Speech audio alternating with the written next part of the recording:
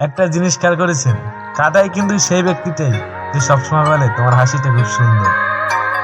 যারা মন থেকে ভালোবাসে কষ্ট পায় তারা মোনাজাতেও কাঁদে, কিন্তু অভিশাপ দেয় না। কষ্ট দিতে আমিও জানি, কিন্তু সেটা আমি করি নাই। আমি ভালোবেসেছি, অভিনয় করিনি। তুমি নাই তো কি হয়েছে, তোমার লেখা টেক্সট গুলো এখনো আছে, সেগুলো পড়ি আর ভাবি কতটা মিথ্যাবাদী ছিল। ঠিক আছে তো আমিও, কিন্তু আমি কখনো উত্তম হারি না। সময় বদলাতেও সময় লাগে, কিন্তু তুমি বদলাতে কোনো সময় লাগলো না।